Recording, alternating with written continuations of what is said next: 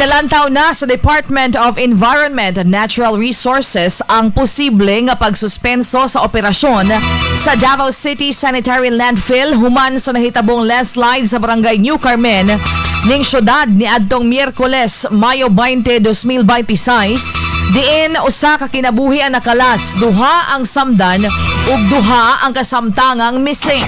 Sumala sa report, gumikan sa kusog nga ulan na apektuhan ang operasyon sa City Engineer's Office diin gideklarang delikado ang maong lugar.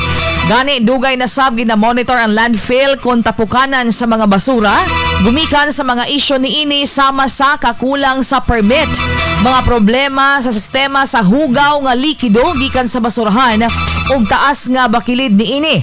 Mao nga girekomenda sa DENR ang pagpalig-on sa bakilid ug posible nga temporaryong pagsira sa pipila ka mga bahin sa maong lugar.